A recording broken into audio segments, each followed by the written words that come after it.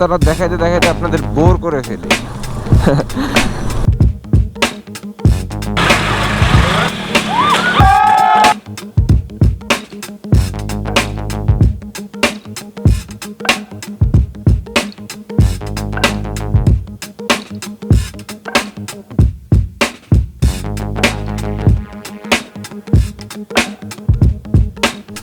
আসসালামু আলাইকুম, কি অবস্থা ভাই লোকস? আশা করি সবাই ভালো আছেন, সুস্থ আছেন। সো দ্য ফার্স্ট টাইম আজকে কোনো কিছু হতে যাচ্ছে বাংলাদেশে। সো আমি ওই যে একটা ছোট্ট একটা পার্ট হিসাবে আছি। সো এখন যাচ্ছি ওইখানে। আর ভাই ভাই আজকে তো মনে হয় আমার যাইতে 12টা বাজবো, কারণ এমন একটা টাইমে আমি বেরিয়েছি। আমার আরও আধা ঘন্টা আগে বের হওয়া উচিত ছিল। উঠছি ঠিকই, কিন্তু কিছু বাসায় কাজ কাম থাকার কারণে বের হইতে পারি নাই।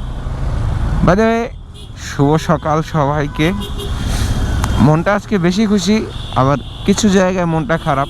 কেন খারাপ না হয় নাই বললাম, বাট খুশি আছি, হ্যাপি আছি।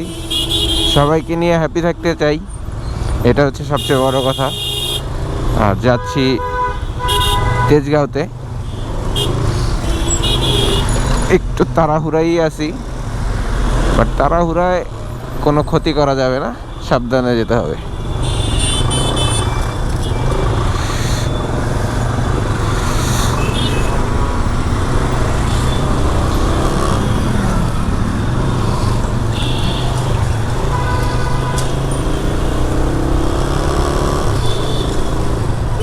এই রাস্তাটা দেখাইতে দেখাইতে আপনাদের বোর করে ফেলি।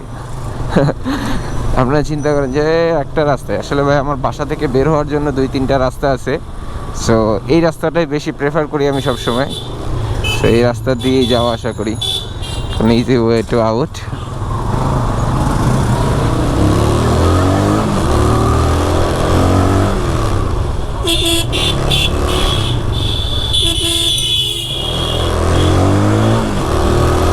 আসলে অনেক দিন একটা বাইকের সাথে অভ্যস্ত হয়ে গেলে আরেকটা বাইক কেমন কেমন জানি লাগে।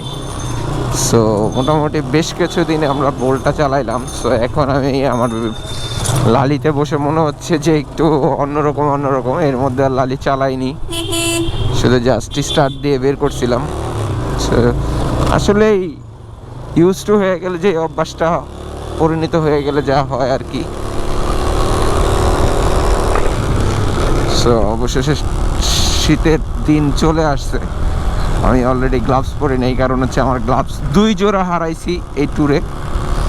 সো এখন নতুন 1 জোড়া গ্লাভস নিতে হবে।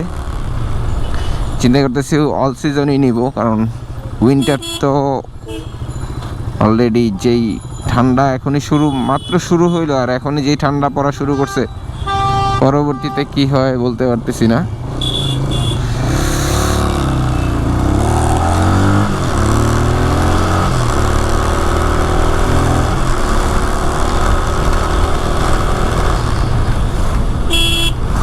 আর শীতের সকালে রাইড করাটা অন্য একটা মজা। এই শীতে এখন পর্যন্ত কোনো মর্নিং রাইড হয় নাই, সো ইনশাল্লাহ হবে আশা করি। আর যদি কোনো খেজুরের রস এর সন্ধান পাওয়া যায় তাহলে তো আলহামদুলিল্লাহ, ওইখানে একটা রাইড হয়ে যাবে।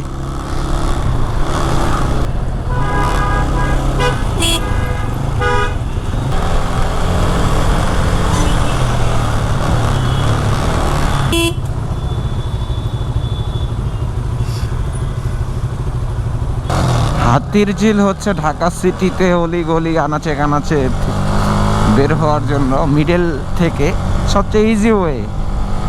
আর এই জায়গাটায় যদি এরকম জ্যাম লাগে তাহলে তো পুরো ঢাকা সিটি জ্যাম লাগার কথা। Morning time, office hour, so এই সময় তো জ্যাম লাগবে। আর এই জায়গাটা একটু সাবধানে যেতে হবে, কারণ কিছুখানি রাস্তা গিয়ে পরে আবার ডাইনে যেতে হয়। এটা একটু রিস্কের ব্যাপার এই জায়গাটায়। রাস্তাটা যেহেতু ওপেন করছে, এখন রাস্তাটা কি আমি সঠিক জানি না যে এদিক দিয়ে কি আসার নিয়ম আছে কি নাই। অনেকেই দেখে আসে, আমি শিওরলি জানি না যে এদিকে আসার নিয়ম আছে কি না।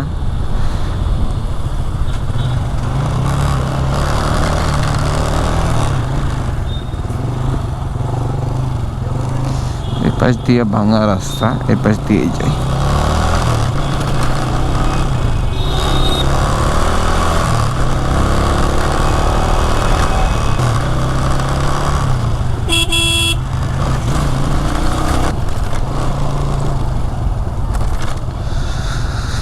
সো চলে আসলাম।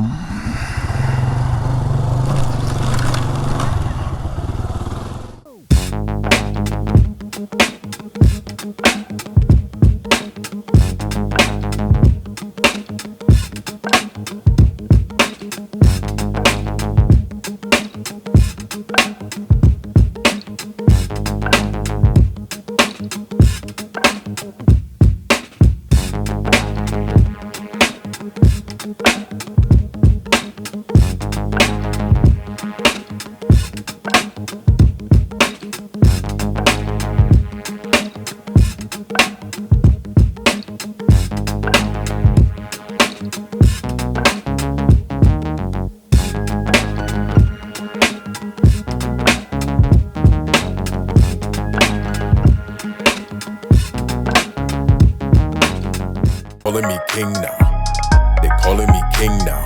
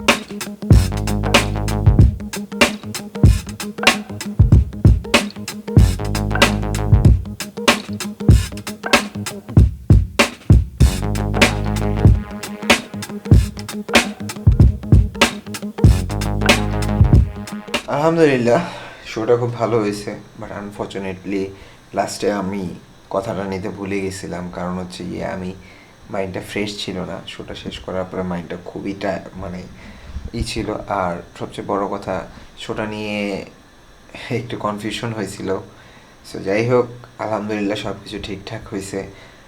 আমি চাই সবাই আমরা একত্রে থাকি, ভালো থাকি, সুস্থ থাকি।